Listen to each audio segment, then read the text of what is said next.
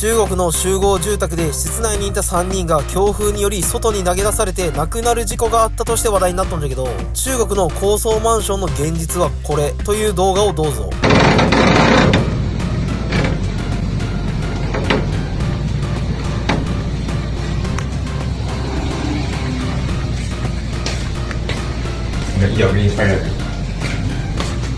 これ住宅管理会社の担当者は今回の事故は天災だと述べたらしいけど、手抜き工事の人災じゃろ、ただのハリボテじゃねえか。日本も外国人労働者増えるけどこうならんかったらええよな。